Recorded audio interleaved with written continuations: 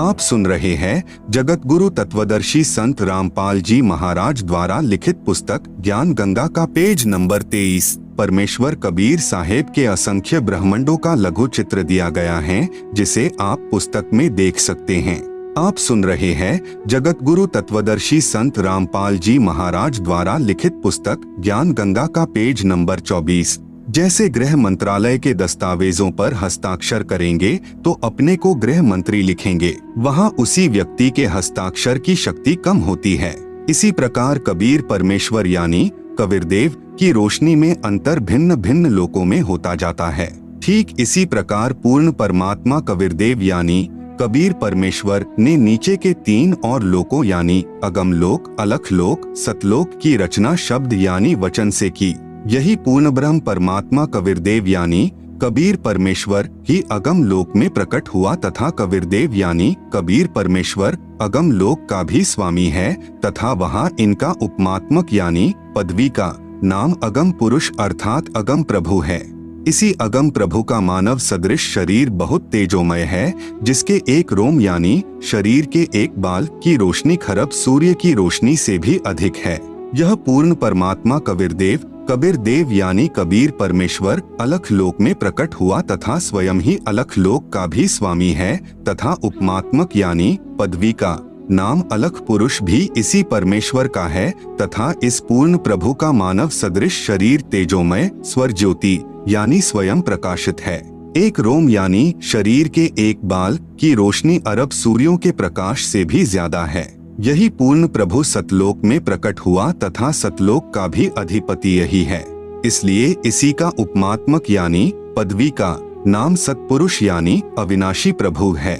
इसी का नाम अकाल मूर्ति, शब्द स्वरूपी राम, पूर्ण ब्रह्म, परम अक्षर ब्रह्म आदि हैं। इसी सतपुरुष कबीरदेव यानी कबीर प्रभु का मानव सदृश शरीर तेजोमय है, जिसके एक रोम यानी शरीर के बाल का प्रकाश करोड़ सूर्यों तथा इतने ही चंद्रमाओं के प्रकाश से भी अधिक है। इस कबीरदेव यानी कबीर प्रभु ने सतपुरुष रूप में प्रकट होकर सतलोक में विराजमान होकर प्रथम सतलोक में अन्य रचना की।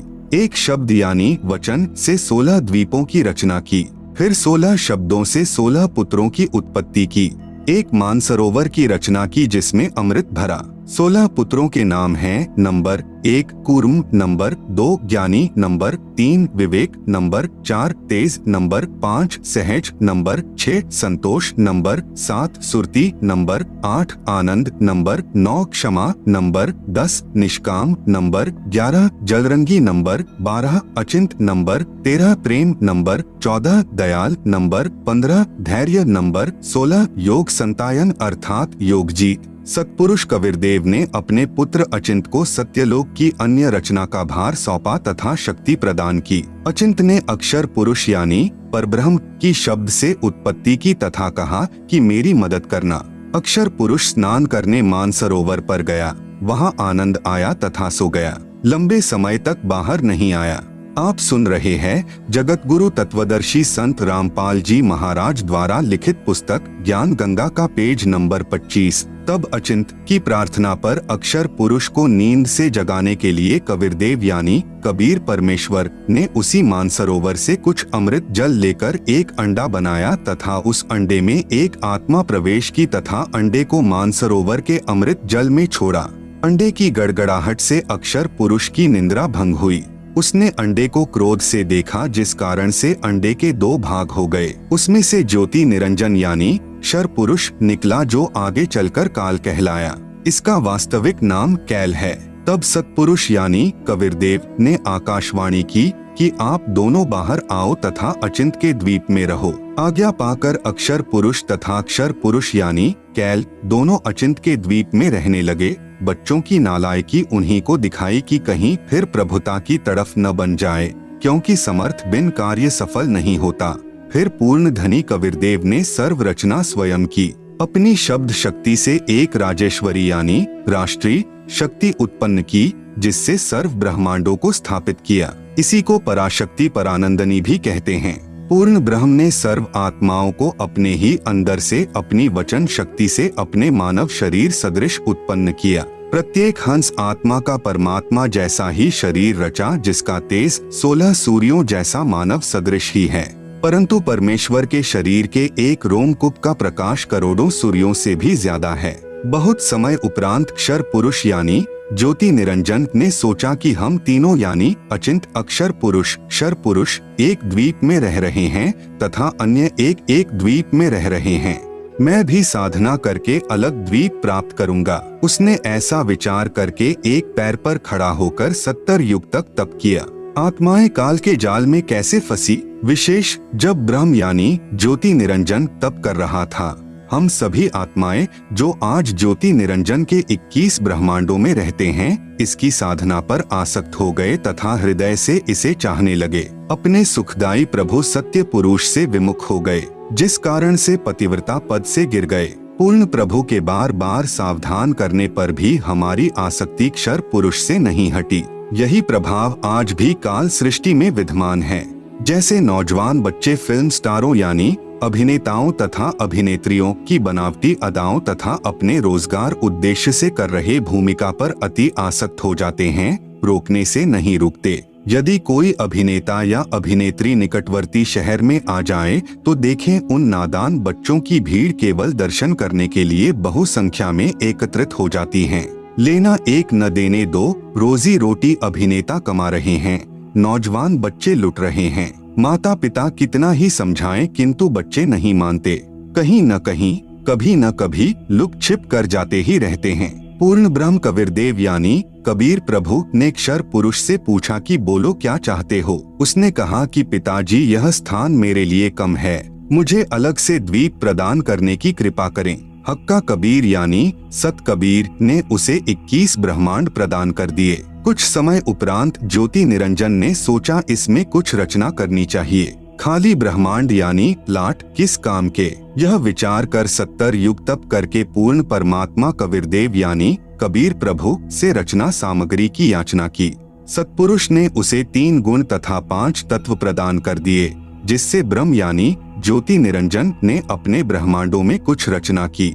आप सुन रहे हैं जगत गुरु तत्वदर्शी संत रामपाल जी महाराज द्वारा लिखित पुस्तक ज्ञान गंगा का पेज नंबर 26। फिर सोचा कि इसमें जीव भी होने चाहिए, अकेले का दिल नहीं लगता। यह विचार करके 64 युग तक फिर तप किया। पूर्ण परमात्मा कबीर देव के पूछने पर बताया कि मुझे कुछ आत्मा दे दो, मेरा अकेले का दिल नहीं लग रहा। तब सतपुरुष कबीर अग्नि यानी कबीर परमेश्वर ने कहा कि ब्रह्म, तेरे तप के प्रतिफल में मैं तुझे और ब्रह्मांड दे सकता हूँ, परंतु मेरी आत्माओं को किसी भी जप तप साधना के फल रूप में नहीं दे सकता। हाँ, यदि कोई स्वेच्छा से तेरे साथ जाना चाहे तो वह जा सकता है। युवा कबीर यानी समर्थ कबीर के वचन सुनकर ज्योति निरंजन हमारे पास आया। हम सभी हंस आत्मा पहले से ही उस पर आसक्त थे। हम उसे चारों तरफ से घेर कर खड़े हो गए। ज्योति निरंजन ने कहा कि मैंने पिताजी से अलग 21 ब्रह्मांड प्राप्त किए हैं, वहाँ नाना प्रकार के रमणीय स्थल बनाए हैं, क्या आप मेरे साथ चलोगे? हम सभी हंसों ने, जो आज 21 ब्रह्मांडों में परेशान हैं, कहा कि हम तैयार हैं, यदि पिताजी आज्ञा दें। तब क्षर पुरुष पूर्ण ब्रह्म महान कबीर यानी समर्थ कबीर प्रभु के पास गया तथा सर्व वार्ता कही। तब कबीर अग्नि यानी कबीर परमेश्वर ने कहा कि मेरे सामने स्वीकृति देने वाले को आज्ञा दूंगा। क्षर पुरुष तथा परम अक्षर पुरुष यानी कबीर मितौजा यानी कबीर अमित औजा यानी जिसकी शक्ति का कोई वार नहीं, वह कबीर, दोनों हम सभी हंसात्माओं के पास आए। सत कबीर देव ने कहा कि जो हंस आत्मा ब्रह्म के साथ जाना चाहता है, हाथ ऊपर करके स्वीकृति दे। अपने पिता के सामने किसी की हिम्मत नहीं हुई, किसी ने स्वीकृति नहीं दी। बहुत समय तक सन्नाटा छाया रहा। तत्पश्चात एक हंस आत्मा ने साहस किया तथा कहा कि पिताजी, मैं जाना चाहता हूँ। फिर तो उसकी देखा देखी, जो आज काल यानी ब्रह्म के 21 ब्रह्मांडों में फंसी हैं, हम सभी आत्माओं ने स्वीकृति दे दी। परमेश्वर कबीर जी ने ज्योति निरंजन से कहा कि आप अपने स्थान पर जाओ। जिन्होंने तेरे साथ जाने की स्वीकृति दी है, मैं उन सर्वहंस आत्माओं को आपके पास भेज दूंगा। ज्योति निरंजन अपने 21 ब्रह्मांडों में चला गया। उस समय तक यह 21 ब्रह्मांड सतलोक में ही थे। तत्पश्चात पूर्ण ब्रह्म ने सर्वप्रथम स्वीकृति देने वाले हंस को लड़की का रूप दिया, परंतु स्त्री इंद्री नहीं रची तथा सर्व आत्माओं को जिन्होंने ज्योति निरंजन यानी ब्रह्म के साथ जाने की सहमति दी थी, उस लड़की के शरीर में प्रवेश कर दिया तथा उसका नाम आष्ट्रा यानी आदि माया प्रकृति देवी दुर्गा पड़ा तथा सत्य पुरुष ने कहा कि पुत्री, मैंने तेरे को शब्द शक्ति प्रदान कर दी है, जितने जीव ब्रह्म कहे आप उत्पन्न कर देना। पूर्ण ब्रह्म कबीरदेव यानी कबीर साहेब अपने पुत्र सहज दास के द्वारा प्रकृति को क्षर पुरुष के पास भिजवा दिया। सहज दास जी ने ज्योति निरंजन को बताया कि पिताजी ने इस बहन के शरीर में उन सर्व आत्माओं को प्रवेश कर दिया है जिन्होंने आपके साथ जाने की सहमति व्यक्त की थी तथा इसको पिताजी ने वचन शक्ति प्रदान की है। आप जितने जीव चाहोगे प्रकृति अपने शब्द से उत्पन्न कर देगी। यह कहकर सहजदास वापस अपने द्वीप में आ गया। युवा होने के कारण लड़की का रंगरूप निखरा हुआ था। ब्रह्म के अंदर विषय वासना उत्पन्न हो गई तथा प्रकृति देवी के साथ अभद्र गति विधि प्रारंभ की। आप सुन रहे हैं जगत गुरु तत्वदर्शी संत रामपाल जी महाराज द्वारा लिखित पुस्तक ज्ञान गंगा का पेज नंबर 27। तब दुर्गा ने कहा कि ज्योति निरंजन मेरे पास पिताजी की प्रदान की हुई शब्द शक्ति है। आप जितने प्राणी कहोगे मैं वचन से उत्पन्न कर दूंगी। आप मैथुन परंपरा शुरू मत करो। आप भी उसी पिता के शब्द से अंडे से उत्पन्न हुए हो तथा मैं भी उसी परमपिता के वचन से ही बाद में उत्पन्न हुई हूँ।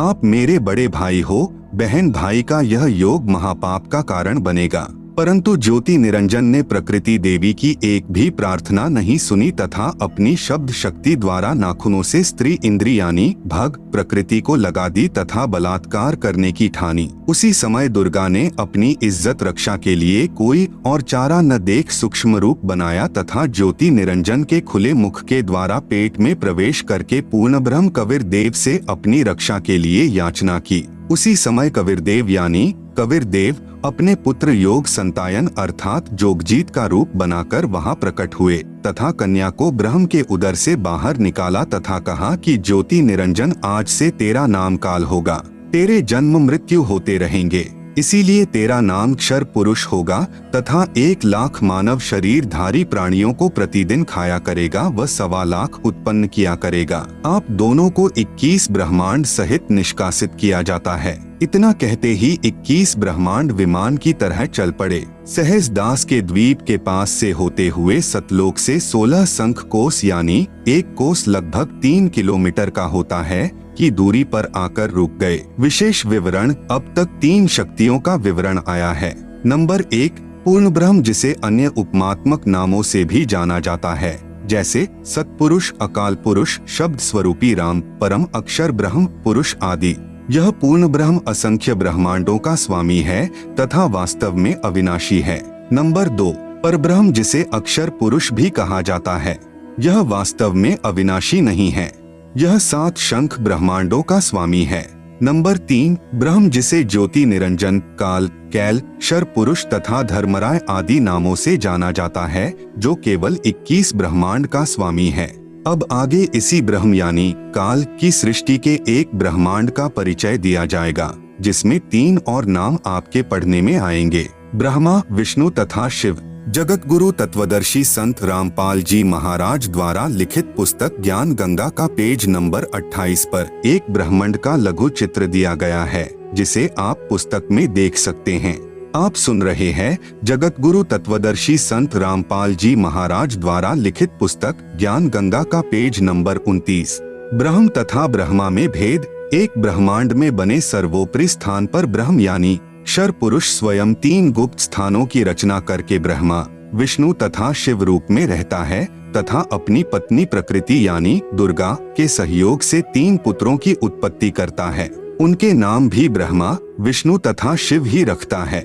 जो ब्रह्म का पुत्र ब्रह्मा है वह एक ब्रह्मांड में केवल 3 लोकों यानी पृथ्वी लोक, स्वर्ग लोक तथा पाताल लोक में एक रजोगुण विभाग का मंत्री यानी स्वामी है।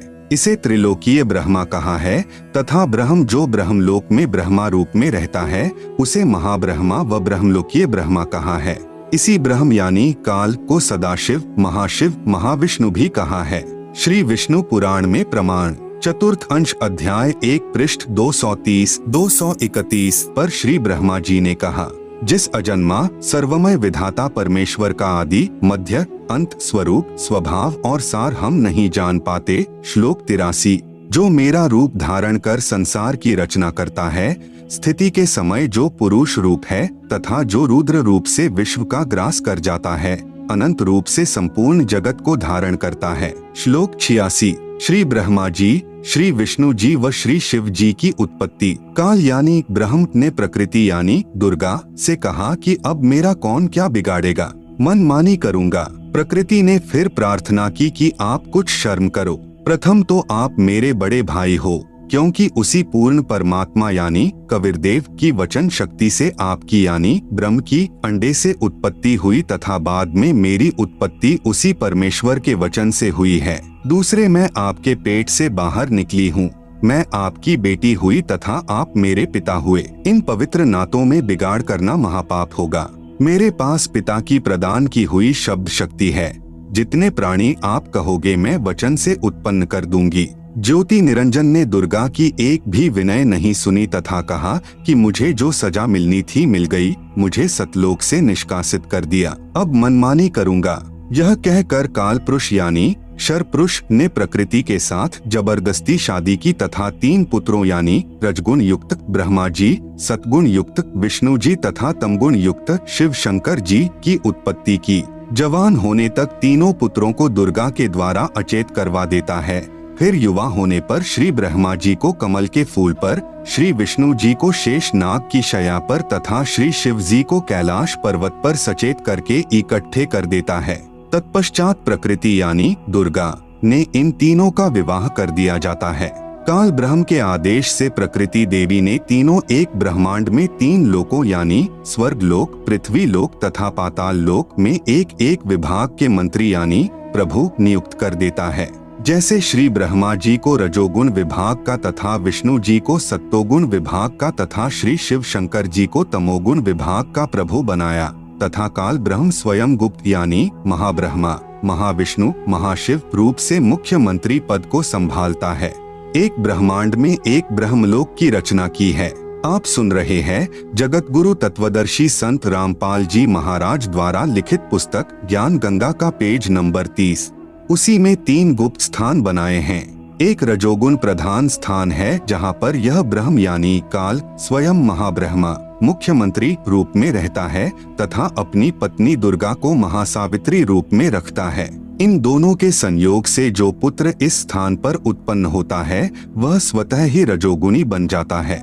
दूसरा स्थान सतोगुण प्रधान स्थान बनाया है। वहाँ पर यह क्षर पुरुष स्वयं महाविष्णु रूप बनाकर रहता है तथा अपनी पत्नी दुर्गा को महालक्ष्मी रूप में रखकर जो पुत्र उत्पन्न करता है उसका नाम विष्णु रखता है। वह बालक सतोगुण युक्त होता है तथा तीसरा इसी काल ने वहीं पर एक तमोगुण प्रधान क्षेत्र बनाया है। उसमें यह स्वयं सदाशिव रूप बनाकर रहता है तथा अपनी पत्नी दुर्गा को महापार्वती रूप में रखता है। इन दोनों के पति पत्नी व्यवहार से जो पुत्र उत्पन्न होता है उसका नाम शिव रख देते हैं तथा तमोगुण युक्त कर देते हैं। प्रमाण के लिए देखें पवित्र श्री शिव महापुराण विधवेश्वर संहिता पृष्ठ 24-26 जिसमें ब्रह्मा, विष्णु, रुद्र तथा महेश्वर से अन्य सदाशिव है तथा रुद्र संहिता अध्याय 6 तथा 7-9 पृष्ठ नंबर 100 से 105 तथा 110 पर अनुवाद करता श्री हनुमान प्रसाद पोद्दार गीता प्रेस गोरखपुर से प्रकाशित तथा पवित्र श्रीमद् देवी महापुराण तीसरा स्कंद अध्याय 1 से 5 पृष्ठ नंबर 114 से 123 तक गीता प्रेस गोरखपुर से प्रकाशित। अनुवादक श्री हनुमान प्रसाद पोद्दार चिमन लाल गोस्वामी। फिर इन्हीं को धोखे में रखकर अपने खाने के लिए जीवों की उत्पत्ति श्री ब्रह्मा जी द्वारा तथा स्थिति एक दूसरे को मोह ममता में रखकर काल जाल में रखना श्री विष्णु जी से तथा सहार, क्योंकि काल पुरुष को शापवश 1,00,000 मानव शरीर धारी प्राणियों के सूक्ष्म शरीर से मैल निकालकर खाना होता है। उसके लिए 21वें ब्रह्मांड में एक तप्तशिला है जो स्वतः गर्म रहती है। उस पर गर्म करके मैल पिघला कर खाता है।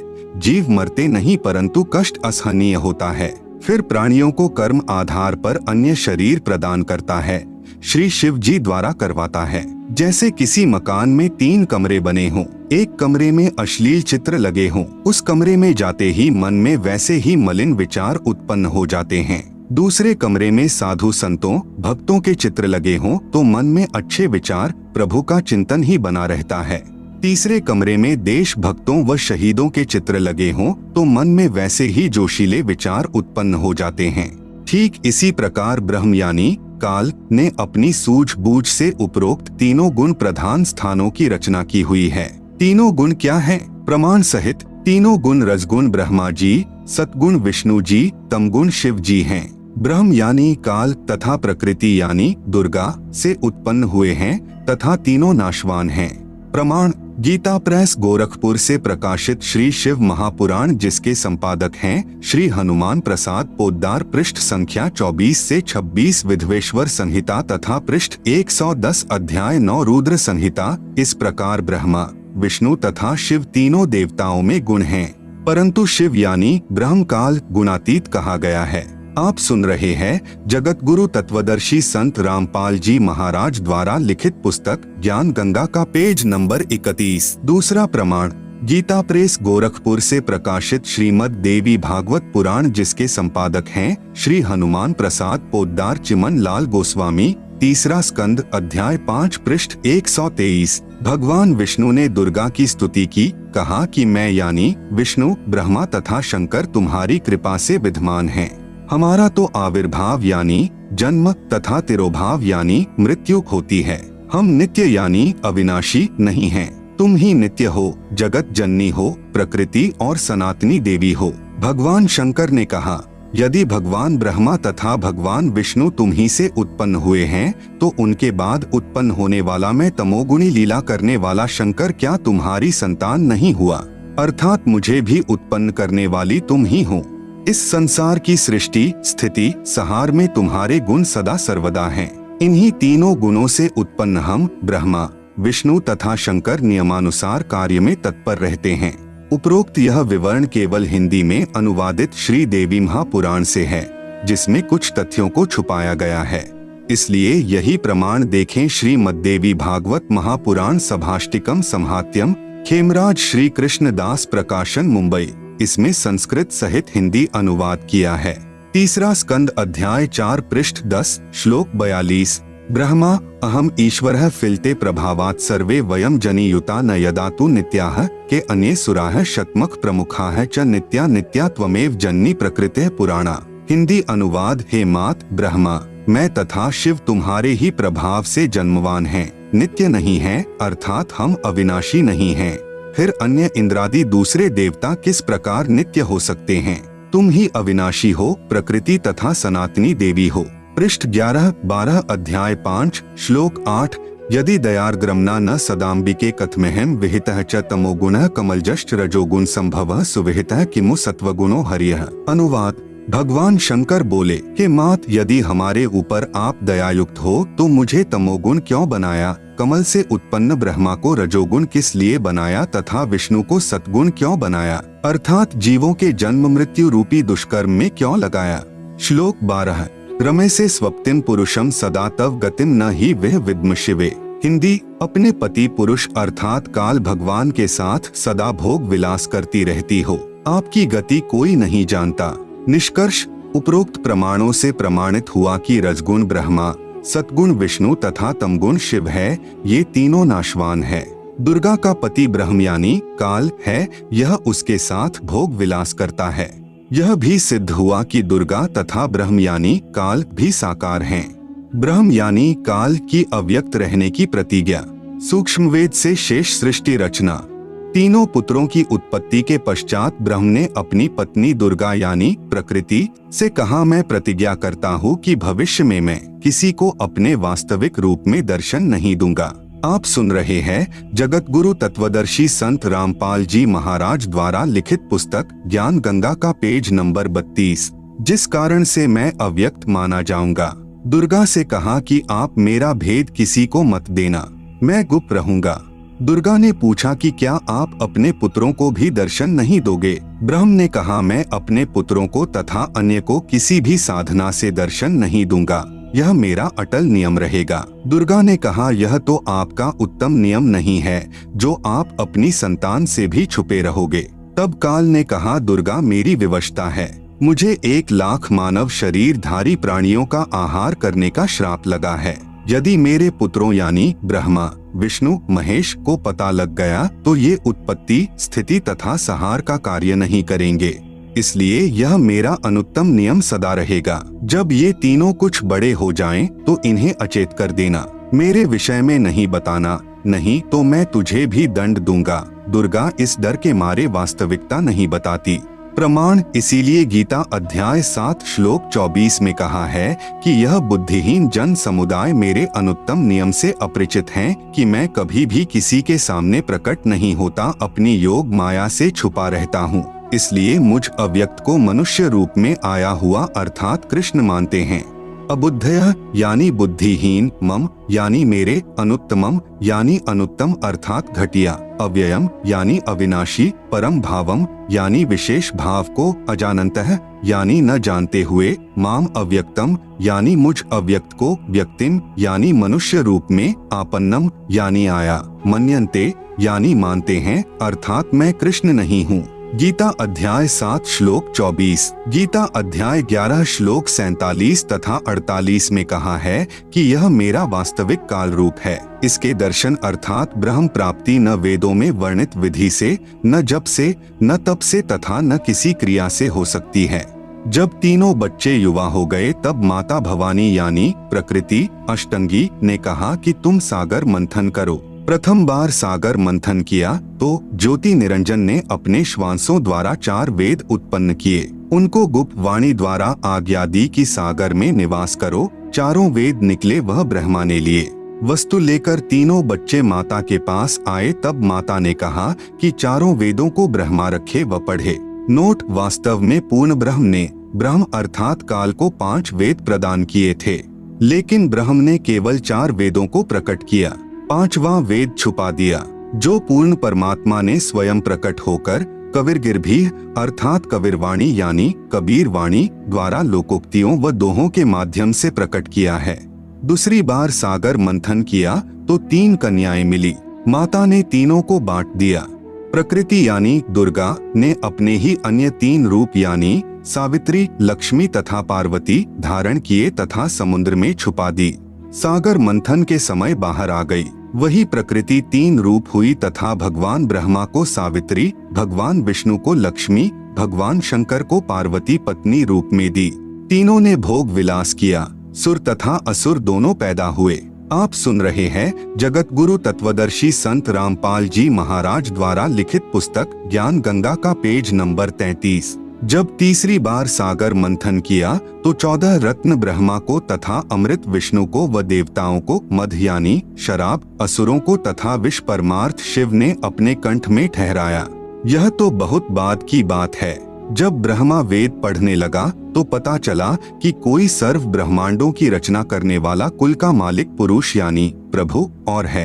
तब ब्रह्मा जी ने विष्णु जी व शंकर जी को बताया कि वेदों में वर्णन है कि सृजनहार कोई और प्रभु है, परंतु वेद कहते हैं कि भेद हम भी नहीं जानते। उसके लिए संकेत है कि किसी तत्वदर्शी संत से पूछो। तब ब्रह्मा माता के पास आया और सब वृतांत कह सुनाया। माता कहा करती थी कि मेरे अतिरिक्त और कोई नहीं है, मैं ही करता हूँ, मैं ही सर्वशक्तिमान हूँ। परंतु ब्रह्मा ने कहा कि वेद ईश्वर कृत हैं, यह झूठ नहीं हो सकते। दुर्गा ने कहा कि तेरा पिता तुझे दर्शन नहीं देगा, उसने प्रतिज्ञा की हुई है। तब ब्रह्मा ने कहा, माता जी अब आपकी बात पर अविश्वास हो गया है, मैं उस पुरुष यानी प्रभु का पता लगा कर ही रहूंगा। दुर्गा ने कहा कि यदि वह तुझे दर्शन नहीं देगा तो तुम क्या करोगे? ब्रह्मा ने कहा कि मैं आपको शक्ल नहीं दिखाऊंगा। दूसरी तरफ ज्योति निरंजन ने कसम खाई है कि मैं अव्यक्त रहूंगा, किसी को दर्शन नहीं दूंगा, अर्थात 21 ब्रह्मांड में कभी भी अपने वास्तविक काल रूप में आकार में नहीं आऊंगा। गीता अध्याय नंबर 7 का श्लोक नंबर 24। अव्यक्तम व्यक्तिम आपन्नम मन्यन्ते माम अबुद्धयः परम भावम अजानन्तः मम अव्ययम अनुत्तमम। अनुवाद, अबुद्धयः यानी बुद्धिहीन लोग, मम यानी मेरे, अनुत्तमम यानी अश्रेष्ठ, अव्ययम यानी अटल, परम यानी परम, भावम यानी भाव को, अजानन्तः यानी न जानते हुए, अव्यक्तम यानी अदृश्यमान, माम यानी मुझे, काल को, व्यक्तिम यानी न रूप आकार में, कृष्ण आपन्नम यानी प्राप्त हुआ, मन्यन्ते यानी मानते हैं। गीता अध्याय नंबर 7 का श्लोक नंबर 25। न अहम प्रकाशः सर्वस्य योगमाया स्मावृतः मूढ़ः अयम न अभिजानाति लोकः माम अजम अव्ययम। अनुवाद: अहम यानी मैं, योगमाया स्मावृतः यानी योगमाया से छिपा हुआ, सर्वस्य यानी सबके, प्रकाशः यानी प्रत्यक्ष, न यानी नहीं होता अर्थात अदृश्य अर्थात अव्यक्त रहता हूँ इसलिए, अजम यानी जन्म न लेने वाले, अव्ययम यानी अविनाशी अटल भाव को, अयम यानी यह, मूढ़ः यानी अज्ञानी, लोकः यानी जन समुदाय संसार, माम यानी मुझे, न यानी नहीं, अभिजानाति यानी जानता अर्थात मुझको कृष्ण समझता है, क्योंकि ब्रह्म अपनी शब्द शक्ति से अपने नाना रूप बना लेता है। यह दुर्गा का पति है, इसलिए इस मंत्र में कह रहा है कि मैं श्री कृष्ण आदि की तरह दुर्गा से जन्म नहीं लेता। ब्रह्मा का अपने पिता यानी काल ब्रह्म की प्राप्ति के लिए प्रयत्न। तब दुर्गा ने ब्रह्मा जी से कहा कि अलख निरंजन तुम्हारा पिता है, परंतु वह तुम्हें दर्शन नहीं देगा। ब्रह्मा ने कहा कि मैं दर्शन करके ही लौटूंगा। माता ने पूछा कि यदि तुझे दर्शन नहीं हुए तो क्या करेगा? ब्रह्मा ने कहा मैं प्रतिज्ञा करता हूँ, यदि पिता के दर्शन नहीं हुए तो मैं आपके समक्ष नहीं आऊंगा। आप सुन रहे हैं जगत गुरु तत्वदर्शी संत रामपाल जी महाराज द्वारा लिखित पुस्तक ज्ञान गंगा का पेज नंबर 34। यह कहकर ब्रह्मा जी व्याकुल होकर उत्तर दिशा की तरफ चल दिया, जहाँ अंधेरा ही अंधेरा है। वहाँ ब्रह्मा ने 4 युग तक ध्यान लगाया, परंतु कुछ भी प्राप्ति नहीं हुई। काल ने आकाशवाणी की कि जीव उत्पत्ति क्यों नहीं की। भवानी ने कहा कि आपका ज्येष्ठ पुत्र ब्रह्मा जिद करके आपकी तलाश में गया है। ब्रह्मा के बिना जीव उत्पत्ति का सब कार्य असंभव है। ब्रह्म यानी काल ने कहा उसे वापस बुला लो, मैं उसे दर्शन नहीं दूंगा। तब दुर्गा यानी प्रकृति ने अपनी शब्द शक्ति से गायत्री नाम की लड़की उत्पन्न की तथा उसे ब्रह्मा को लौटा लाने को कहा। गायत्री ब्रह्मा जी के पास गई, परंतु ब्रह्मा जी समाधि लगाए हुए थे, उन्हें कोई आभास ही नहीं था कि कोई आया है। तब आदि कुमारी यानी प्रकृति ने गायत्री को ध्यान द्वारा बताया कि इसके चरण स्पर्श कर। तब गायत्री ने ऐसा ही किया। ब्रह्मा जी का ध्यान भंग हुआ तो क्रोधवश बोले कि कौन पापिन है जिसने मेरा ध्यान भंग किया है, मैं तुझे श्राप दूंगा। गायत्री कहने लगी कि मेरा दोष नहीं है, पहले मेरी बात सुनो तब श्राप देना। मेरे को माता ने तुम्हें लौटा लाने को कहा है, क्योंकि आपके बिना जीव उत्पत्ति नहीं हो सकती। ब्रह्मा ने कहा कि मैं कैसे जाऊं, पिताजी के दर्शन हुए नहीं, ऐसे जाऊं तो मेरा उपहास होगा। यदि आप माता जी के समक्ष यह कह दें कि ब्रह्मा को पिता यानी ज्योति निरंजन के दर्शन हुए हैं, मैंने अपनी आंखों से देखा है, तो मैं आपके साथ चलूं। तब गायत्री ने कहा कि आप मेरे साथ संभोग यानी सेक्स करोगे तो मैं आपकी झूठी साक्षी यानी गवाही भरूंगी। तब ब्रह्मा ने सोचा कि पिता के दर्शन हुए नहीं, वैसे जाऊं तो माता के सामने शर्म लगेगी और चारा नहीं दिखाई दिया। फिर गायत्री से रति क्रिया यानी संभोग की। तब गायत्री ने कहा कि क्यों न एक गवाह और तैयार किया जाए। ब्रह्मा ने कहा बहुत ही अच्छा है। तब गायत्री ने शब्द शक्ति से एक लड़की यानी पुहपवती नाम की पैदा की तथा उससे दोनों ने कहा कि आप गवाही देना कि ब्रह्मा ने पिता के दर्शन किए हैं। तब पुहपवती ने कहा कि मैं क्यों झूठी गवाही दूं? हाँ, यदि ब्रह्मा मेरे से रति क्रिया यानी संभोग करे तो गवाही दे सकती हूँ। गायत्री ने ब्रह्मा को समझाया यानी उकसाया कि और कोई चारा नहीं है। तब ब्रह्मा ने पुहपवती से संभोग किया तो तीनों मिलकर आदि माया यानी प्रकृति के पास आए। दोनों देवियों ने उपरोक्त शर्त इसलिए रखी थी कि यदि ब्रह्मा माता के सामने हमारी झूठी गवाही को बता देगा तो माता हमें श्राप दे देगी, इसलिए उसे भी दोषी बना लिया। यहाँ महाराज गरीब दास जी कहते हैं कि दास गरीब यह चूक धुरों धुर। भावार्थ, इस काल यानी ब्रह्म के लोक में यह बुराई प्रारंभ से ही है तथा यहाँ काल के लोक में देवता भी बुराई से अछूते नहीं हैं। जैसे श्री विष्णु जी ने जालंधर राक्षस की पतिव्रता पत्नी तुलसी के साथ धोखा करके उसके साथ रति क्रिया यानी सेक्स करके उसका पतिव्रता भंग किया, भगवान शिव ने भी श्री विष्णु द्वारा मोहिनी रूप धारण करने पर उसके साथ संभोग यानी सेक्स करने के उद्देश्य से उसका हाथ पकड़ा। उसी कारण से श्री शिव का शुक्र यानी वीर्य स्खलित हो गया। श्री विष्णु जी अपने वास्तविक रूप में प्रकट हो गए।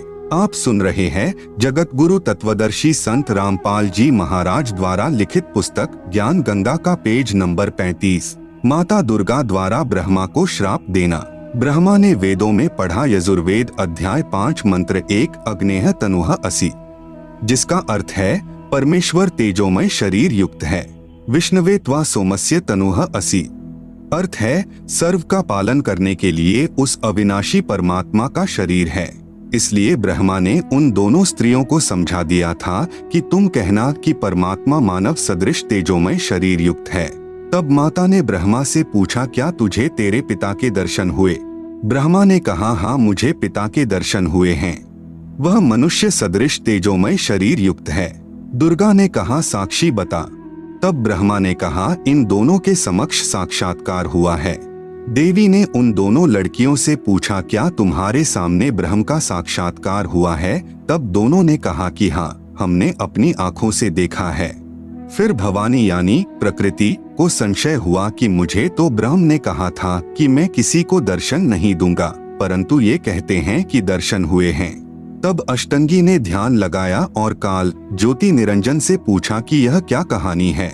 ज्योति निरंजन जी ने कहा कि ये तीनों झूठ बोल रहे हैं। तब माता ने कहा, तुम झूठ बोल रहे हो। आकाशवाणी हुई है कि इन्हें कोई दर्शन नहीं हुए। यह बात सुनकर ब्रह्मा ने कहा कि माता जी, मैं सौगंध खाकर पिता की तलाश करने गया था, परंतु पिता यानी ब्रह्म के दर्शन हुए नहीं। आपके पास आने में शर्म लग रही थी, इसलिए हमने झूठ बोल दिया। तब माता यानी दुर्गा ने कहा कि अब मैं तुम्हें श्राप देती हूँ। ब्रह्मा को श्राप, तेरी पूजा जग में नहीं होगी। आगे तेरे वंशज होंगे, वे बहुत पाखंड करेंगे, झूठी बात बनाकर जग को ठगेंगे। ऊपर से तो कर्म कांड करते दिखाई देंगे, अंदर से विकार करेंगे। कथा पुराणों को पढ़कर सुनाया करेंगे, स्वयं को ज्ञान नहीं होगा कि सद्ग्रंथों में वास्तविकता क्या है। फिर भी मान वश तथा धन प्राप्ति के लिए गुरु बनकर अनुयायियों को लोकवेद यानी शास्त्र विरुद्ध दंत कथा सुनाया करेंगे। देवी देवों की पूजा करके तथा करवा के दूसरों की निंदा करके कष्ट पर कष्ट उठाएंगे। जो उनके अनुयायी होंगे उनको परमार्थ नहीं बताएंगे, दक्षिणा के लिए जगत को गुमराह करते रहेंगे। अपने आप को सबसे श्रेष्ठ मानेंगे, दूसरों को नीचा समझेंगे। जब माता के मुख से यह सुना तो ब्रह्मा मूर्छित होकर जमीन पर गिर गया। बहुत समय उपरांत होश में आया।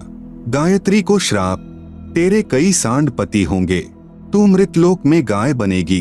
पुहपवती को श्राप, तेरी जगह गंदगी में होगी, तेरे फूलों को कोई पूजा में नहीं लाएगा। इस झूठी गवाही के कारण तुझे यह नरक भोगना होगा। तेरा नाम केवड़ा केतकी होगा। हरियाणा में कुसोंधी कहते हैं। यह गंदगी यानी कुर्डियों वाली जगह पर होती है। इस प्रकार तीनों को श्राप देकर माता भवानी बहुत पछताई। आप सुन रहे हैं जगत गुरु तत्वदर्शी संत रामपाल जी महाराज द्वारा लिखित पुस्तक ज्ञान गंगा का पेज नंबर 36। इस प्रकार पहले तो जीव बिना सोचे मन यानी काल निरंजन के प्रभाव से गलत कार्य कर देता है, परंतु जब आत्मा यानी सत्पुरुष अंश के प्रभाव से उसे ज्ञान होता है तो पीछे पछताना पड़ता है। जिस प्रकार माता पिता अपने बच्चों को छोटी सी गलती के कारण ताड़ते हैं क्रोधवश होकर, परंतु बाद में बहुत पछताते हैं, यही प्रक्रिया मन यानी काल निरंजन के प्रभाव से सर्व जीवों में क्रियावान हो रही है। हाँ, यहाँ एक बात विशेष है कि निरंजन यानी काल ब्रह्म ने भी अपना कानून बना रखा है कि यदि कोई जीव किसी दुर्बल जीव को सताएगा तो उसे उसका बदला देना पड़ेगा। जब आदि भवानी यानी प्रकृति अष्टंगी ने ब्रह्मा गायत्री व पुहपवती को श्राप दिया तो अलख निरंजन यानी ब्रह्मकाल ने कहा कि हे भवानी यानी प्रकृति अष्टंगी, यह आपने अच्छा नहीं किया। अब मैं यानी निरंजन आपको श्राप देता हूँ कि द्वापर युग में तेरे भी 5 पति होंगे। द्रौपदी ही आदिमाया का अवतार हुई है। जब यह आकाशवाणी सुनी तो आदि माया ने कहा कि हे ज्योति निरंजन यानी काल, मैं तेरे वश पड़ी हूँ, जो चाहे सो कर ले। सृष्टि रचना में दुर्गा जी के अन्य नामों का बार बार लिखने का उद्देश्य है कि पुराणों, गीता तथा वेदों में प्रमाण देखते समय भ्रम उत्पन्न नहीं होगा।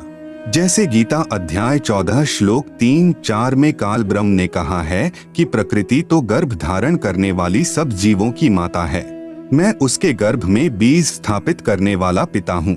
श्लोक 4 में कहा है कि प्रकृति से उत्पन्न तीनों गुण जीवात्मा को कर्मों के बंधन में बांधते हैं। इस प्रकरण में प्रकृति तो दुर्गा है तथा तीनों गुण तीनों देवता रजगुण ब्रह्मा, सतगुण विष्णु तथा तमगुण शिव के सांकेतिक नाम हैं। विष्णु का अपने पिता यानी काल ब्रह्म की प्राप्ति के लिए प्रस्थान व माता का आशीर्वाद पाना। इसके बाद विष्णु से प्रकृति ने कहा कि पुत्र तू भी अपने पिता का पता लगा ले। तब विष्णु अपने पिताजी काल यानी ब्रह्म का पता करते करते पाताल लोक में चले गए, जहाँ शेषनाग था। उसने विष्णु को अपनी सीमा में प्रविष्ट होते देखकर क्रोधित होकर जहर भरा फुंकारा मारा। उसके विष के प्रभाव से विष्णु जी का रंग सांवला हो गया, जैसे स्प्रे पेंट हो जाता है। तब विष्णु ने चाहा कि इस नाग को मजा चखाना चाहिए। तब ज्योति निरंजन यानी काल ने देखा कि अब विष्णु को शांत करना चाहिए। तब आकाशवाणी हुई कि विष्णु अब तू अपनी माता जी के पास जा और सत्य सत्य सारा विवरण बता देना तथा जो कष्ट आपको शेषनाग से हुआ है, इसका प्रतिशोध द्वापर युग में लेना। द्वापर युग में आप यानी विष्णु तो कृष्ण अवतार धारण करोगे और कालीदह में कालिंद्री नामक नाग शेषनाग का अवतार होगा। ऊंच होई के नीच सतावे ताकर ओएल यानी बदला मोही सो पावे, जो जीव देई पीर पुनि काहू हम पुनि ओएल दिवावेता हूँ। तब विष्णु जी माता जी के पास आए तथा सत्य सत्य कह दिया कि मुझे पिता के दर्शन नहीं हुए। आप सुन रहे हैं जगत गुरु तत्वदर्शी संत रामपाल जी महाराज द्वारा लिखित पुस्तक ज्ञान गंगा का पेज नंबर 37। इस बात से माता यानी प्रकृति बहुत प्रसन्न हुई और कहा कि पुत्र तू सत्यवादी है। अब मैं अपनी शक्ति से तेरे पिता से मिलाती हूँ तथा तेरे मन का संशय खत्म करती हूँ। कबीर देख पुत्र तो ही पिता भीटाऊं, तोरे मन का धोखा मिटाऊं। मन स्वरूप करता कह जानो, मनते दूजा और न मानो। स्वर्ग पाताल दौर मन केरा, मन अस्थिर मन अह अनेरा। निरंकार मन ही को कहिए, मन की आस निश दिन रहिए। देखूं पलटी शून्य मह ज्योति, जहाँ पर झिलमिल झालर होती। इस प्रकार माता यानी अष्टंगी प्रकृति ने विष्णु से कहा कि मन ही जग का करता है, यही ज्योति निरंजन है। ध्यान में जो 1000 ज्योतियां नजर आती हैं, वही उसका रूप है। जो शंख घंटा आदि का बाजा सुना, यह महास्वर्ग में निरंजन का ही बज रहा है। तब माता यानी अष्टंगी प्रकृति ने कहा कि हे पुत्र, तुम सब देवों के सरताज हो और तेरी हर कामना व कार्य मैं पूर्ण करूंगी। तेरी पूजा सर्व जग में होगी। आपने मुझे सच सच बताया है। काल के 21 ब्रह्मांडों के प्राणियों की विशेष आदत है कि अपनी व्यर्थ महिमा बनाता है। जैसे दुर्गा जी श्री विष्णु जी को कह रही है कि तेरी पूजा जग में होगी, मैंने तुझे तेरे पिता के दर्शन करा दिए। दुर्गा ने केवल प्रकाश दिखाकर श्री विष्णु जी को बहका दिया। श्री विष्णु जी भी प्रभु की यही स्थिति अपने अनुयायियों को समझाने लगे कि परमात्मा का केवल प्रकाश दिखाई देता है, परमात्मा निराकार है। इसके बाद आदि भवानी रुद्र यानी महेश जी के पास गई तथा कहा कि महेश तू भी कर ले अपने पिता की खोज। तेरे दोनों भाइयों को तो तुम्हारे पिता के दर्शन नहीं हुए, उनको जो देना था वह प्रदान कर दिया है, अब आप मांगो जो मांगना है। तब महेश ने कहा कि हे जननी, मेरे दोनों बड़े भाइयों को पिता के दर्शन नहीं हुए, फिर प्रयत्न करना व्यर्थ है। कृपा मुझे ऐसा वर दो कि मैं अमर यानी मृत्युंजय हो जाऊं। तब माता ने कहा कि यह मैं नहीं कर सकती, हाँ युक्ति बता सकती हूँ जिससे तेरी आयु सबसे लंबी बनी रहेगी। विधि योग समाधि है, इसलिए महादेव जी ज्यादातर समाधि में ही रहते हैं। इस प्रकार माता यानी अष्टंगी प्रकृति ने तीनों पुत्रों को विभाग बांट दिए। भगवान ब्रह्मा जी को काल लोक में 184 के चोले यानी शरीर रचने यानी बनाने का अर्थात रजोगुण प्रभावित करके संतान उत्पत्ति के लिए विवश करके जीव उत्पत्ति कराने का विभाग प्रदान किया। भगवान विष्णु जी को इन जीवों के पालन पोषण कर्मानुसार करने तथा मोह ममता उत्पन्न करके स्थिति बनाए रखने का विभाग दिया। भगवान शिव शंकर यानी महादेव को संहार करने का विभाग प्रदान किया, क्योंकि इनके पिता निरंजन को 1 लाख मानव शरीरधारी जीव प्रतिदिन खाने पड़ते हैं। यहाँ पर मन में एक प्रश्न उत्पन्न होगा कि ब्रह्मा, विष्णु तथा शंकर जी से उत्पत्ति, स्थिति और संहार कैसे होता है? ये तीनों अपने अपने लोक में रहते हैं। जैसे आजकल संचार प्रणाली को चलाने के लिए उपग्रहों को ऊपर आसमान में छोड़ा जाता है। आप सुन रहे हैं जगत गुरु तत्वदर्शी संत रामपाल जी महाराज द्वारा लिखित पुस्तक ज्ञान गंगा का पेज नंबर 38, और वे नीचे पृथ्वी पर संचार प्रणाली को चलाते हैं। ठीक इसी प्रकार ये तीनों देव जहाँ भी रहते हैं, इनके शरीर से निकलने वाले सूक्ष्म गुण की तरंगे तीनों लोकों में अपने आप हर प्राणी पर प्रभाव बनाए रहती है। उपरोक्त विवरण एक ब्रह्मांड में ब्रह्म यानी काल की रचना का है। ऐसे ऐसे क्षर पुरुष यानी काल के 21 ब्रह्मांड हैं, परंतु क्षर पुरुष यानी काल स्वयं व्यक्त अर्थात वास्तविक शरीर रूप में सबके सामने नहीं आता। उसी को प्राप्त करने के लिए तीनों देवों यानी ब्रह्मा जी, विष्णु जी, शिव जी को वेदों में वर्णित विधि अनुसार भरसक साधना करने पर भी ब्रह्म यानी काल के दर्शन नहीं हुए। बाद में ऋषियों ने वेदों को पढ़ा। उसमें लिखा है कि अग्नेय तनूर असि, पवित्र यजुर्वेद अध्याय 1 मंत्र 15 परमेश्वर सशरीर है, तथा पवित्र यजुर्वेद अध्याय 5 मंत्र 1 में लिखा है कि अग्नेय तनूर असि विष्णवे त्वा सोमस्य तनूर असि। इस मंत्र में 2 बार वेद गवाही दे रहा है कि सर्वव्यापक सर्वपालन करता सत्पुरुष सशरीर है। पवित्र यजुर्वेद अध्याय 40 मंत्र 8 में कहा है कि कबीर मनीषी यानी जिस परमेश्वर की सर्व प्राणियों को चाह है, वह कबीर अर्थात कबीर है। उसका शरीर बिना नाड़ी यानी अस्नाविरम का है। शुक्रम यानी वीर्य से बनी 5 तत्व से बनी भौतिक अकायम यानी काया रहित है। वह सर्व का मालिक सर्वोपरि सत्यलोक में विराजमान है। उस परमेश्वर का तेजपुंज का स्वर ज्योति यानी स्वयं प्रकाशित शरीर है, जो शब्द रूप अर्थात अविनाशी है। वही कबीरदेव यानी कबीर परमेश्वर है, जो सर्व ब्रह्मांडों की रचना करने वाला विधाता यानी सर्व ब्रह्मांडों का रचनहार, स्वयंभूः यानी स्वयं प्रकट होने वाला, यथा तथ्य अर्थान यानी वास्तव में, शाश्वत यानी अविनाशी है। गीता अध्याय 15 श्लोक 17 में भी प्रमाण है। भावार्थ है कि पूर्ण ब्रह्म का शरीर का नाम कबीर यानी कबीरदेव है। उस परमेश्वर का शरीर नूर तत्व से बना है। परमात्मा का शरीर अति सूक्ष्म है, जो उस साधक को दिखाई देता है जिसकी दिव्य दृष्टि खुल चुकी है। इस प्रकार जीव का भी सूक्ष्म शरीर है, जिसके ऊपर 5 तत्व का खोल यानी कवर अर्थात 5 तत्व की काया चढ़ी होती है, जो माता पिता के संयोग से शुक्रम यानी वीर्य से बनी है। शरीर त्यागने के पश्चात भी जीव का सूक्ष्म शरीर साथ रहता है। वह शरीर उसी साधक को दिखाई देता है जिसकी दिव्य दृष्टि खुल चुकी है। इस प्रकार परमात्मा व जीव की स्थिति को समझें। वेदों में ओम नाम के स्मरण का प्रमाण है, जो केवल ब्रह्म साधना है। इस उद्देश्य से ओम नाम के जाप को पूर्ण ब्रह्म का मानकर ऋषियों ने भी हजारों वर्ष हठ योग करके यानी समाधि लगाकर प्रभु प्राप्ति की चेष्टा की, परंतु प्रभु दर्शन नहीं हुए। सिद्धियां प्राप्त हो गई। उन्हीं सिद्धि रूपी खिलौनों से खेलकर ऋषि भी जन्म मृत्यु के चक्र में ही रह गए तथा अपने अनुभव के शास्त्रों में परमात्मा को निराकार लिख दिया। ब्रह्म यानी काल ने कसम खाई है कि मैं अपने वास्तविक रूप में किसी को दर्शन नहीं दूंगा, मुझे अव्यक्त जाना करेंगे। अव्यक्त का भावार्थ है कि कोई आकार में है, परंतु व्यक्तिगत रूप से स्थूल रूप में दर्शन नहीं देता। जैसे आकाश में बादल छा जाने पर दिन के समय सूर्य अदृश्य हो जाता है, वह दृश्यमान नहीं है। आप सुन रहे हैं जगत गुरु तत्वदर्शी संत रामपाल जी महाराज द्वारा लिखित पुस्तक ज्ञान गंगा का पेज नंबर 39। परंतु वास्तव में बादलों के पार ज्यों का त्यों है। इस अवस्था को अव्यक्त कहते हैं। प्रमाण के लिए गीता अध्याय 7 श्लोक 24, 25 अध्याय 11 श्लोक 48 तथा 32। पवित्र गीता जी बोलने वाला ब्रह्म यानी काल श्री कृष्ण जी के शरीर में प्रेतवत प्रवेश करके कह रहा है कि अर्जुन मैं बढ़ा हुआ काल हूँ और सर्व को खाने के लिए आया हूँ। गीता अध्याय 11 का श्लोक नंबर 32। यह मेरा वास्तविक रूप है।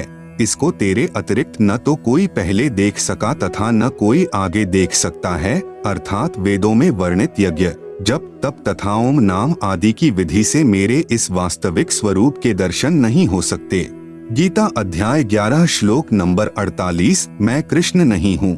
ये मूर्ख लोग कृष्ण रूप में मुझ अव्यक्त को व्यक्त यानी मनुष्य रूप मान रहे हैं, क्योंकि ये मेरे घटिया नियम से अपरिचित हैं कि मैं कभी वास्तविक इस काल रूप में सबके सामने नहीं आता, अपनी योग माया से छुपा रहता हूँ। गीता अध्याय 7 श्लोक नंबर 24-25। विचार करें, अपने छुपे रहने वाले विधान को स्वयं अश्रेष्ठ यानी अनुत्तम क्यों कह रहे हैं?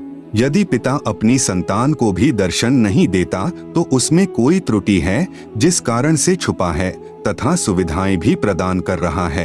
काल यानी ब्रह्म को श्रापवश 1 लाख मानव शरीरधारी प्राणियों का आहार करना पड़ता है तथा 25% प्रतिदिन जो ज्यादा उत्पन्न होते हैं उन्हें ठिकाने लगाने के लिए तथा कर्म भोग का दंड देने के लिए 84 लाख योनियों की रचना की हुई है।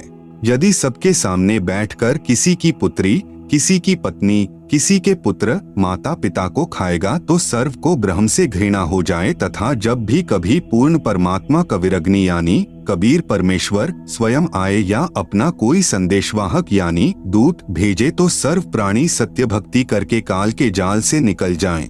इसलिए धोखा देकर रखता है तथा पवित्र गीता अध्याय 7 श्लोक 18, 24, 25 में अपनी साधना से होने वाली मुक्ति यानी गति को भी अनुत्तमाम यानी अति अश्रेष्ठ कहा है तथा अपने विधान यानी नियम को भी अनुत्तम यानी अश्रेष्ठ कहा है। प्रत्येक ब्रह्मांड में बने ब्रह्मलोक में एक महास्वर्ग बनाया है। महास्वर्ग में एक स्थान पर नकली सतलोक, नकली अलख लोक, नकली अगम लोक तथा नकली अनामी लोक की रचना प्राणियों को धोखा देने के लिए प्रकृति यानी दुर्गा आदि माया द्वारा करवा रखी है। कबीर साहेब का एक शब्द है, कर नैनो दीदार महल में प्यारा है, में वाणी है कि काया भेद किया निर्वारा, यह सब रचना पिंड मंझारा है। माया अविगत जाल पसारा, सो कारीगर भारा है। आदि माया किन्ही चतुराई, झूठी बाजी पिंड दिखाई, अविगत रचना रची अंड माही वाका प्रतिबिंब दारा है। एक ब्रह्मांड में अन्य लोकों की भी रचना है, जैसे श्री ब्रह्मा जी का लोक, श्री विष्णु जी का लोक, श्री शिव जी का लोक, जहाँ पर बैठकर तीनों प्रभु नीचे के 3 लोकों यानी स्वर्गलोक अर्थात इंद्र का लोक, पृथ्वी लोक तथा पाताल लोक पर एक एक विभाग के मालिक बनकर प्रभुता करते हैं। जगत गुरु तत्वदर्शी संत रामपाल जी महाराज द्वारा लिखित पुस्तक ज्ञान गंगा का पेज नंबर 40 पर ब्रह्मलोक का लघु चित्र तथा पेज नंबर 41 पर ज्योति निरंजन यानी काल ब्रह्म के लोक यानी 21 ब्रह्मांड का लघु चित्र दिया गया है, जिसे आप पुस्तक में देख सकते हैं। आप सुन रहे हैं जगत गुरु तत्वदर्शी संत रामपाल जी महाराज द्वारा लिखित पुस्तक ज्ञान गंगा का पेज नंबर 42 तथा अपने पिता काल के खाने के लिए प्राणियों की उत्पत्ति, स्थिति तथा संहार का कार्यभार संभालते हैं। तीनों प्रभुओं की भी जन्म व मृत्यु होती है, तब काल इन्हें भी खाता है। इसी ब्रह्मांड, इसे अंड भी कहते हैं क्योंकि ब्रह्मांड की बनावट अंडाकार है। इसे पिंड भी कहते हैं क्योंकि शरीर यानी पिंड में एक ब्रह्मांड की रचना कमलों में टीवी की तरह देखी जाती है। में एक मानसरोवर तथा धर्मरा यानी न्यायाधीश का भी लोक है तथा एक गुप्त स्थान पर पूर्ण परमात्मा अन्य रूप धारण करके रहता है, जैसे प्रत्येक देश का राजदूत भवन होता है। वहाँ पर कोई नहीं जा सकता। वहाँ पर वे आत्माएं रहती हैं जिनकी सत्यलोक की भक्ति अधूरी रहती है। जब भक्ति युग आता है तो उस समय परमेश्वर कबीर जी अपना प्रतिनिधि पूर्ण संत सतगुरु भेजते हैं। इन पुण्य आत्माओं को पृथ्वी पर उस समय मानव शरीर प्राप्त होता है तथा ये शीघ्र ही सत भक्ति पर लग जाते हैं तथा सतगुरु से दीक्षा प्राप्त करके पूर्ण मोक्ष प्राप्त कर जाते हैं। उस स्थान पर रहने वाले हंस आत्माओं की निजी भक्ति कमाई खर्च नहीं होती। परमात्मा के भंडार से सर्व सुविधाएं उपलब्ध होती हैं। ब्रह्म यानी काल के उपासकों की भक्ति कमाई स्वर्ग महास्वर्ग में समाप्त हो जाती है, क्योंकि इस काल लोक यानी ब्रह्म लोक तथा परब्रह्म लोक में प्राणियों को अपना किया कर्मफल ही मिलता है। क्षर पुरुष यानी ब्रह्म ने अपने 20 ब्रह्मांडों को 4 महाब्रह्मांडों में विभाजित किया है। एक महाब्रह्मांड में 5 ब्रह्मांडों का समूह बनाया है तथा चारों ओर से अंडाकार गोलाई यानी परिधि में रोका है तथा चारों महाब्रह्मांडों को भी फिर अंडाकार गोलाई यानी परिधि में रोका है। 21वें ब्रह्मांड की रचना एक महाब्रह्मांड जितना स्थान लेकर की है। 21वें ब्रह्मांड में प्रवेश होते ही 3 रास्ते बनाए हैं। 21वें ब्रह्मांड में भी बाईं तरफ नकली सतलोक, नकली अलख लोक, नकली अगम लोक, नकली अनामी लोक की रचना प्राणियों को धोखे में रखने के लिए आदि माया यानी दुर्गा से करवाई है तथा दाईं तरफ 12 सर्वश्रेष्ठ ब्रह्म साधकों यानी भक्तों को रखता है।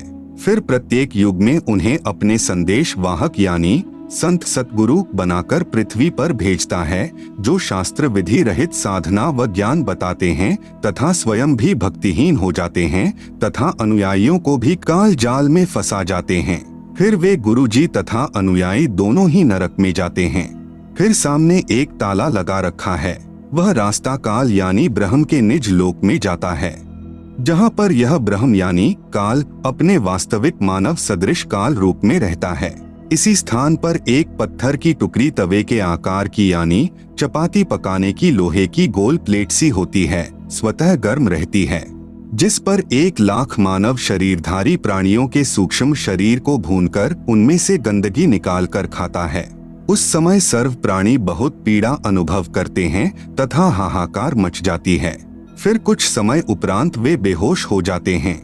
जीव मरता नहीं। फिर धर्मराय के लोक में जाकर कर्माधार से अन्य जन्म प्राप्त करते हैं तथा जन्म मृत्यु का चक्कर बना रहता है। आप सुन रहे हैं जगत गुरु तत्वदर्शी संत रामपाल जी महाराज द्वारा लिखित पुस्तक ज्ञान गंगा का पेज नंबर 43। उपरोक्त सामने लगा ताला ब्रह्म यानी काल केवल अपने आहार वाले प्राणियों के लिए कुछ क्षण के लिए खोलता है। पूर्ण परमात्मा के सत्य नाम व सार नाम से यह ताला स्वयं खुल जाता है। ऐसे काल का जाल पूर्ण परमात्मा कबीरदेव यानी कबीर साहेब ने स्वयं ही अपने निजी भक्त धर्मदास जी को समझाया। परब्रह्म के 7 संख ब्रह्मांडों की स्थापना कबीर परमेश्वर यानी कबीरदेव ने आगे बताया है कि परब्रह्म यानी अक्षर पुरुष ने अपने कार्य में गफलत की, क्योंकि यह मानसरोवर में सो गया तथा जब परमेश्वर यानी मैंने अर्थात कबीर साहेब ने उस सरोवर में अंडा छोड़ा तो अक्षर पुरुष यानी परब्रह्म ने उसे क्रोध से देखा। इन दोनों अपराधों के कारण 7 संख ब्रह्मांडों सहित सतलोक से बाहर कर दिया।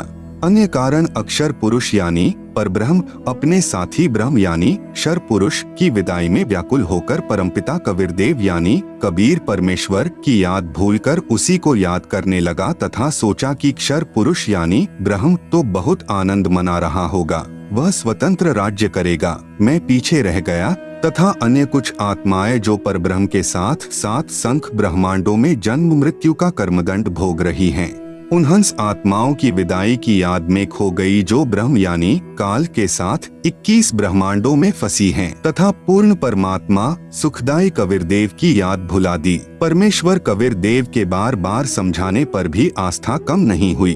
परब्रह्म यानी अक्षर पुरुष ने सोचा कि मैं भी अलग स्थान प्राप्त करूं तो अच्छा रहे। यह सोचकर राज्य प्राप्ति की इच्छा से सारनाम का जाप प्रारंभ कर दिया। इसी प्रकार अन्य आत्माओं ने यानी जो परब्रह्म के साथ संख ब्रह्मांडों में फंसी हैं, सोचा कि वे जो ब्रह्म के साथ आत्माएं गई हैं, वे तो वहां मौज मस्ती मनाएंगे, हम पीछे रह गए। परब्रह्म के मन में यह धारणा बनी कि क्षर पुरुष अलग होकर बहुत सुखी होगा। यह विचार कर अंतरात्मा से भिन्न स्थान प्राप्ति की ठान ली। परब्रह्म यानी अक्षर पुरुष ने हठ योग नहीं किया, परंतु केवल अलग राज्य प्राप्ति के लिए सहज ध्यान योग विशेष कसक के साथ करता रहा। अलग स्थान प्राप्त करने के लिए पागलों की तरह विचरने लगा, खाना पीना भी त्याग दिया। अन्य कुछ आत्माएं जो पहले काल ब्रह्म के साथ गई आत्माओं के प्रेम में व्याकुल थी, वे अक्षर पुरुष के वैराग्य पर आसक्त होकर उसे चाहने लगी। पूर्ण प्रभु के पूछने पर परब्रह्म ने अलग स्थान मांगा तथा कुछ हंसात्माओं के लिए भी याचना की। तब कबीरदेव ने कहा कि जो आत्मा आपके साथ स्वेच्छा से जाना चाहें उन्हें भेज देता हूँ। पूर्ण प्रभु ने पूछा कि कौन हंस आत्मा परब्रह्म के साथ जाना चाहता है, सहमति व्यक्त करे। बहुत समय उपरांत एक हंस ने स्वीकृति दी। फिर देखा देखी उन सर्व आत्माओं ने भी सहमति व्यक्त कर दी। सर्वप्रथम स्वीकृति देने वाले हंस को स्त्री रूप बनाया। उसका नाम ईश्वरी माया यानी प्रकृति सुरती